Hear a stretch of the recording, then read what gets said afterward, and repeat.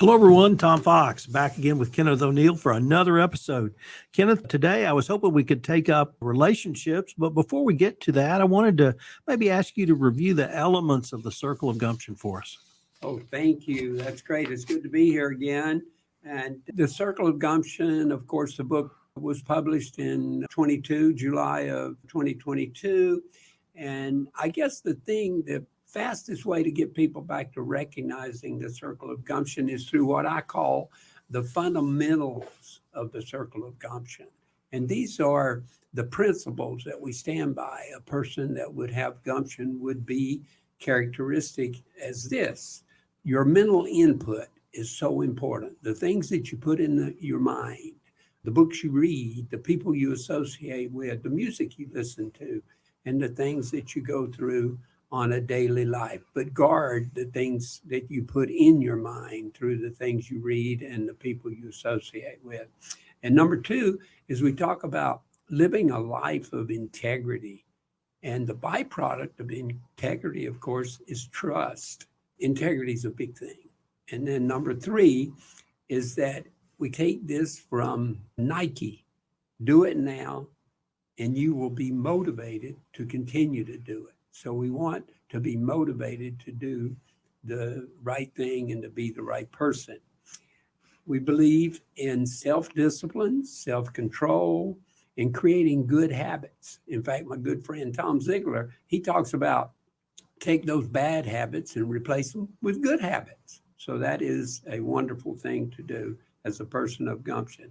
Then we believe that you ought to be working for your dream, for your vision, for your purpose. In other words, chase serving people instead of chasing the almighty dollar. So it's not the paycheck, it's the dream. And then we believe that everybody should be a goal setter. Once set, it's amazing. But if you just set the goal, if you have a target, you're halfway home. You're already gotten started. And then the last one that we really believe in is that in your personal development, you should work on yourself the most. In other words, don't ask God to make it easier. Ask God to make me better. Let God make me better. So when you do that, it greatly improves your self-image. And so to finish up here on the introduction is that we have 4 pillars in the book Circle of Gumption, and that's being, doing, giving, and then creating legacy. So those are the pillars that are actually discussed within the book. And each week on the podcast here, we come up with what we call the word of the week. And as you mentioned, this week we're going to talk about relationships. But what we want people to do is once they hear the word, chat the word down. Write it down. Take a hard look at it and say, relationships, how does this impact me? What can I do so that I can continue this self-development, this growth toward a well-balanced life? And so take it and use the word. And we actually get these words, and they come from virtues and characteristics of success. That's what we want. Because, see, a well-balanced life is balanced success. And success, my definition of success is that you take all of your gifts, all the skills you have, all your talents, and you use them. Use them to serve people. And when you use at that level, 100% of who you are, and you're sharing it with people, Ziegler said that if you can have everything in life you want, if you'll just serve enough other people to get what they want. Does that make sense? It makes a lot of sense, Kenneth. But let's drill down a little bit into relationships, because this is something that every human being faces. Whenever one or more are gathered, whether it's in a romantic relationship, whether it's in a business relationship, you're always going to have relationships. So how do you help a person think through not just being in a relationship, but within the context of the fundamentals of the Circle of Gumption and this continued growth and continued exploration as a servant? The way I break it down is that there are three major components of relationships. All right. And the number one relationship that is so important is your creator. That's number one, your creator. In other words, something bigger than you are. You have to have that belief and that relationship. And the more intimate that relationship is, the more that I believe that you will have a well meaningful life. Now, number two is the relationship with yourself. Because, and I think we said it in the introduction, is that work on yourself. Have a principle of life, a philosophy of life that says, I'm going to get better. And that's what all these tenets are talking about. That's, I mean, all the different words, the different characteristics and everything that we talk about as qualities of success, they're going to make us better.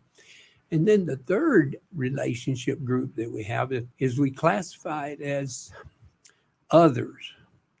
But included in others is the one thing that everybody will tell you. What is the most important thing in your life?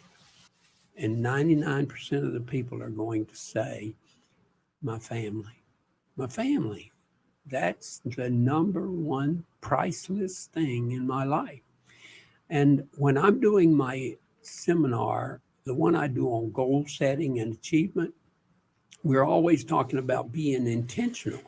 And I think in relationships, this is one place that we have to be intentional in creating an atmosphere that you can continue a conversation with people. And you have to be kind. You got to be civil. You got to be gentle with the words. There's two words here. One would be respond or react. And that reaction just creates disaster. When somebody says something or they do something and you don't like it and you have a relationship with them and you react, just bang, and you let them have it. You point the finger at them, you condemn them, you blame them, and get involved in what I call the drama triangle. All right. That destroys relationships, especially today with all the division that we have over many different things. But what you don't want to do is to have people walk away. Because if they walk away, you're not going to have an opportunity to have that relationship, and you're definitely not going to have that conversation. So what you have to do is create an atmosphere, create an environment where there's kindness and gentle and there's affection, and you can talk to people. One of the biggest words in relationship, and I might have gotten a little off base here for you, but it is to create that relationship and to keep it going. But one of the big words here is the word compliment. All right. And that spelling is COMPLIMENT. Now there's another word that is with an E. All right. So compliment, that's where we praise people and we tell them what a great job they've done. That's with the I. And the compliment, of course, is something that if you give somebody a compliment, then you will complement the relationship. Does that make sense? It does. See what I'm saying? Okay. You go to, and the compliments, we love to get compliments. I've always heard that people get dressed for other people. Those nice earrings that a lady has, she wore them for one reason, for you to say, gosh, I love those earrings. I love that blue dress on you. And one of the greatest compliments I think you can give somebody is to say, hey, I'm really proud of you, and I'm glad you're on our team. You make this work. And we love to get that, because when we give compliments, people's expectations go up. I used to love my grandmother when she'd say, Kenneth, that shirt, that was exactly the shirt I wanted you to wear today. You look so good in that. So the next time when I'm getting dressed, will my grandmother like this shirt? So we tend to raise our level of productivity to the height that other people expect us to do. So that's why in relationships at work, You want to continually have conversations with your employees so that you're co-creating. You're co-creating this atmosphere of having excellence and having a great growth in the company. The companies continue to grow, continue to make profits, but relationships are so important. And the biggest thing in there is that word effective communication. The conversations that you can have and keep growing on those conversations. And you got to watch your words, control your tongue, and just be careful in what you say. And the biggest thing is maybe ask some questions about how do you feel today? What'd you do over the weekend?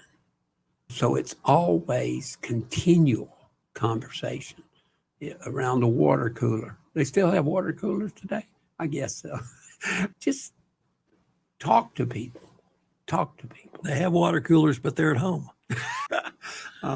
So what I really heard there was a lot of engagement, but even more important was listening. Listening is, listening, people don't realize it, but that is a major component of effective communication is to listen. And you got to listen at what we call the synergistic level, is where you know that you know you're on the same page. I'd even say listening is one of the 2 or 3 top elements of a leader. That's great. Yeah, I think you're right. Yeah, listening to what your people are saying. And the major thing in effective communication is that you've got your components of words, all right? Then you have your eye contact, your body language, all right? And how you relate to people. But the words are only about 7%. The nonverbal, it's way over 65%. So be careful in how you react to people and things that you say. And what was that old saying? You get a whole lot more from sugar or whatever than you get from vinegar. Is that the word? But it's that attitude that you have. Well, Kenneth, unfortunately, we're near the end of our time for this episode. But before we leave, I wanted to ask you if our listeners wanted any more information on yourself, your services, or the Circle of Gumption, what would be the best place for them to go? Okay, the best place to go is right at the moment, because tomorrow is the day, Tom. My brand new website should be up and going tomorrow. And it's going to be very interactive where they can put comments in. They can register for our workshops on there. They can leave us comments. They can schedule a meeting. And that's the big thing, is that we want them to be able to schedule a meeting, and we call it strategy or goal setting or discovery, whatever you want to call it, but to have that conversation. And we're doing a lot of those conversations on Zoom. But that's where we want to know, and we can bring out a little more information about how we can help them, because that's the big thing, is to serve them. But right now, if they want to, they can call me, 285-7010, merger@windstream.net. And as I said before, our website should be up and going tomorrow, or definitely over the weekend. Well, this episode will go up after it goes live, so we'll put that link into the show notes. Kenneth, I look forward to continuing this conversation. Thank you, sir. Good to see you. All right.